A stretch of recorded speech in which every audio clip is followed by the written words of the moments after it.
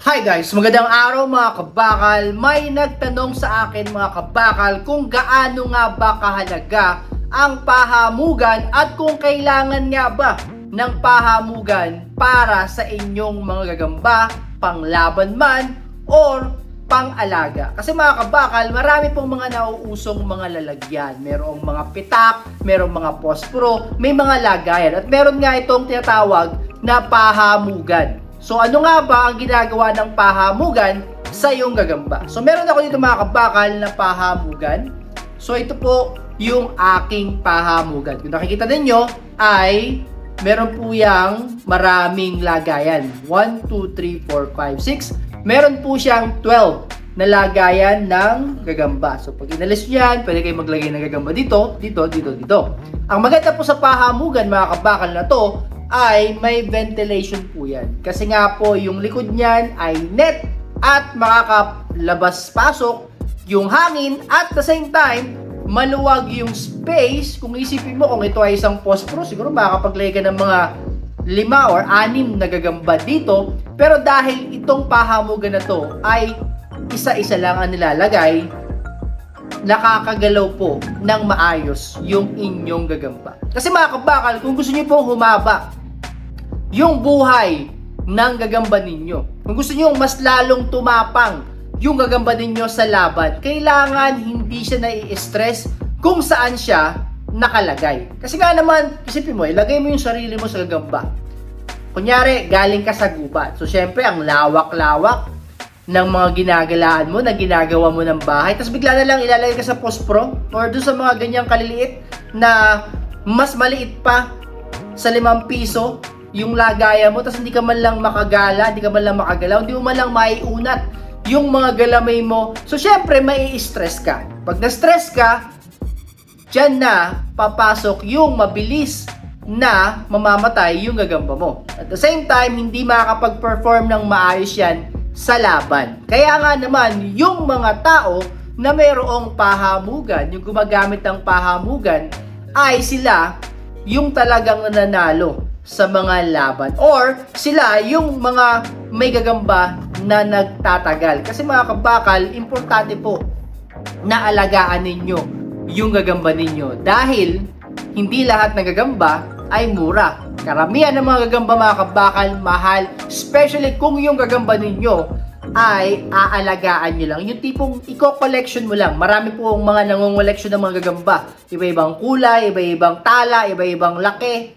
So ngayon, gusto mong alagaan yan. Kasi kapag hindi mo inalagaan ang iyong gagamba at wala kang pahamugan, hindi mo masisigurado kung gaano katagal yung gagamba mo. Siguro swerte ka na pag umabot ng 1, 2 buwan or mga 2 buwan yung gagamba mo na nakalagay lang sa maliit na lalagyan.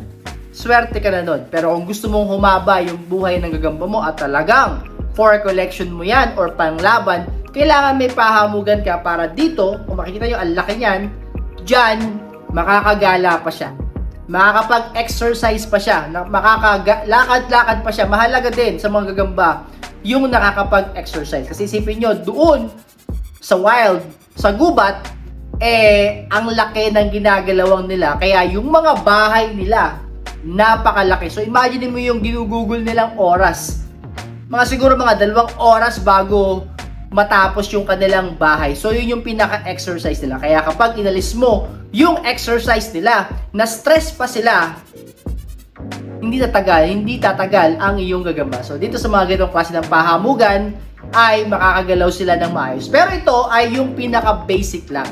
So basic lang to, siguro mga 20 pesos ang kasya dito na barya. Ito yung pinaka-basic para sa mga ordinaryong gagamba na pang derby, pang laban, or even alaga mo. Ito yung pinaka-basic. Kung wala ka nung mga malalaki, ito yung dapat na meron ka. Pero kung gusto mo ng mas malaki, yung tipong kahit paano, baka gusto mong makitang gumawa ng bahay, yung gagamba mo, na pang derby, or meron kang alaga, na let's just say malaki, mga baka-baka, bark spider, or mga Aussie, or mga Japan spider. So, syempre, meron tayong malaki. So, ito naman, yung malaki. So, napakalaki nito. So, yan. Kung makita nyo, meron dito sa taas, meron sa baba. So, ang maganda rito, malaki yung space dyan. Pwede kayong maglagay ng mga pang-derby ninyo, mga pang-alaga ninyo, mga masbate line, Jensen line, Cebu line, salmon. Definitely salmon, lalo dito kasi malaki yan. So, yung kita nyo yung kapal niyan, tapos may ventilation din yan sa likod. Labas-masok yung hangin para parang ano lang, paramdam mo sa mga gagamba mo na hindi sila nawala sa kagubatan, hindi sila nawala sa wild, di ba? Pagkatapos mataas pa. Mataas yan. May mga mas malaki dito. Pero kasi wala ako masyadong space sa bahay, kaya hindi ko na kailangan yung mga malalaki. At the same time, marami kasi tayong mga inaalagaan gagamba kasama yung mga binebenta natin gagamba. So yung mga binebenta natin gagamba, dito natin sila nilalagay. Dito sila nakalagay, yung mga salmon, yung mga Japan, may mga lalagyan sila gitong kalalaki. Dahil syempre, yung mga gagamba na yon, binibenta natin yon. Kapag nagtagal sa atin yon, at least healthy pa rin. Parang bago. Tuon sa mga bumili, yung gagambang yun, pag nakuha nila. Kaya kailangan ganyan. Mahalaga yan. Kung seller ka, breeder ka, kailangan meron kang lalagyan na ito. So, napakaganda nito. Usually nilalagay dito yung mga malalaki, minsan salmon. So, yan. Up and down. Meron dito sa baba. Napakaganda, di ba? Mas malaki yung sa baba. Hindi pa kasama dyan mga kabakal, meron din akong lagayan ng pang-breeding, pang-breed. Meron akong mas malaki dito. Dalawa yon, magkatikit. Doon ko binibreed yung mga gagamba ko. So, dapat meron ka nito. And like I said, mahalaga po kasi yung may proper na kulungan yung gagamba ninyo, lalo na kung ito ay alaga ninyo, pet.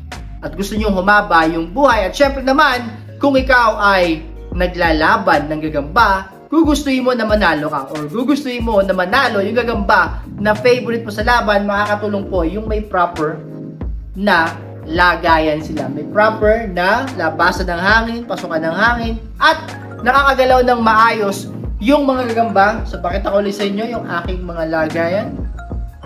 Solid, oh. Diba? Pwede lang pang thumbnail. Laki, oh. So, yan.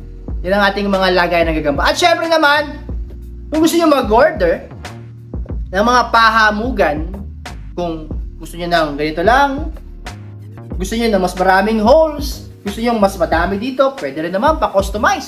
Gusto nyo ng ganito. At syempre naman, ito ay may sabitan.